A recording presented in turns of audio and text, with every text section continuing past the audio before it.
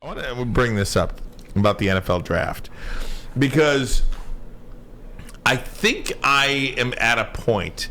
There's another new draft on ESPN. We'll probably do it tomorrow. It's a 2-round mock draft.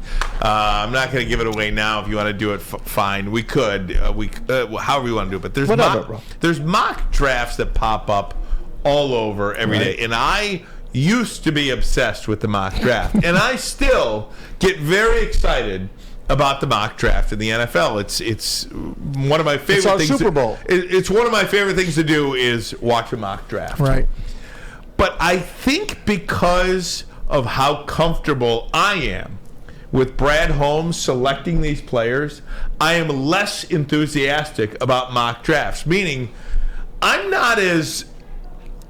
don't have as much conviction about what the Lions should do. Now, I'm just at a point, whether it's a quarterback, whether it's an offensive lineman, whether it's a defensive lineman, whether it's a defensive back, whoever Brad Holmes selects at number 6, I'm cool with. Like last year, and I was, I was beating, Malik Willis, number 2. You got to get your quarterback, Malik Willis. I mean, I thought Jared Goff sucked. Coming off the year that he did. I thought this team needed a quarterback, and I thought Malik Willis was the best one. Bad take. But at the same time, this year I'm kind of going around. Now, I would not be upset at all, if the Lions went offense in this first round. I just wouldn't.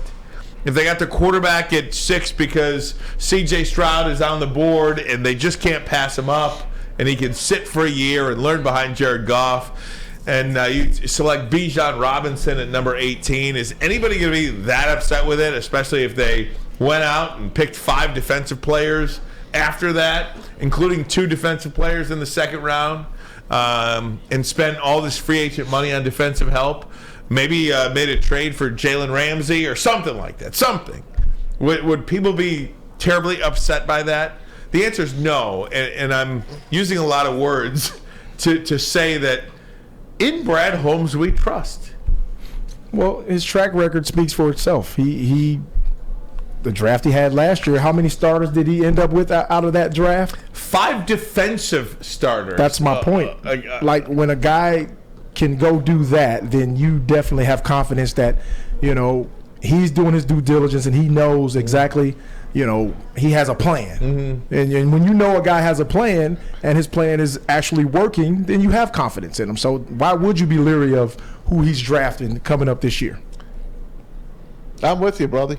Honestly, I'm at peace this draft. Yeah. I'm excited because, I don't know what he's going to do.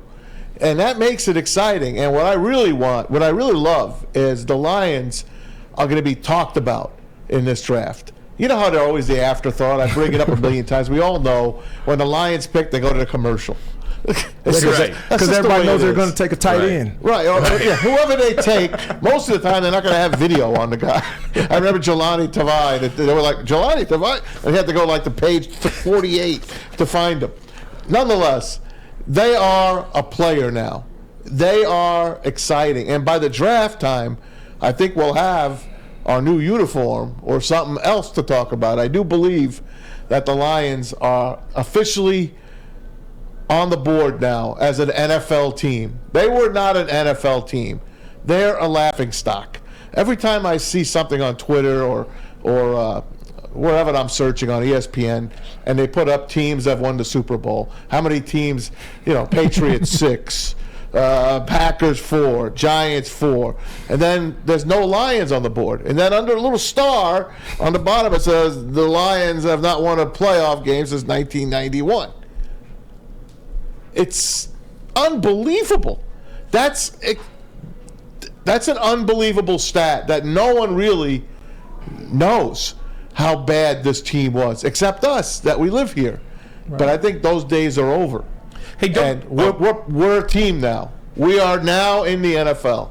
Without question. And don't get me wrong, I do have my opinions about who the Lions should select and the way to go about building a team, and I have strong feelings about that. But if those feelings are not that of Brad Holmes, I'm not going to crush him for it. Correct. Because his track record has proven that he knows what the hell he's doing. Right. No matter who he takes, he has a plan. Now, I don't think here's the disconnect that I have with a lot of the fans who are watching this. I don't feel you still should draft for position need yet. I think you look at your board and take the best available player. If that's a guard, it's a guard. If it's a quarterback, it's a quarterback. I don't think you're at the point yet where you have just this crazy, immense number of talented players that you can just go, oh, you need a defensive lineman? Well, let's take a defensive lineman. No. If that defensive lineman that you have is 5 places lower than your next, than the next guy on your list, take this guy here. No matter which position he is, upgrade the talent level of your team as a whole, not just by position, because you can take care of. You have the ability now to have a little bit more leverage when it comes to, well, you got some money. You can buy a defensive lineman here. You can buy a linebacker. You can buy a defensive back. If you aren't comfortable with who you get out of the draft this year, I just don't think they're at a point yet where they can draft for need. I think they still have to draft the best player available, whoever that is, and I will take their word for it because Brad Holmes has earned that. To me, right. I understand what you're saying. I think everybody here is preaching defense because our defense was kind of in a toilet. But it got better. It got better. It got better at the latter part of the season. But I think everybody would probably agree. We want to go defense. We want to go, But I don't disagree with you necessarily going best available. Mm-hmm. I don't know if you take a quarterback that high. I mean, do you? If you trust what you got already, and you feel like he's going to be here because he's relatively young, right? Yeah, he's 28 years old. Right. I mean, and again, this is, though, and the hope is that this is your last best chance to get a quarterback of the future. We will know on April 29th or whatever date the draft is how Brad Holmes truly feels about Jared Goff. Oh, no doubt. Because if they do take a quarterback, then you understand, look, this is a business, and is Jared Goff, I mean, Jalen Hurts going to get $50 million a year. So what's Jared Goff going to get? 38, 40 million?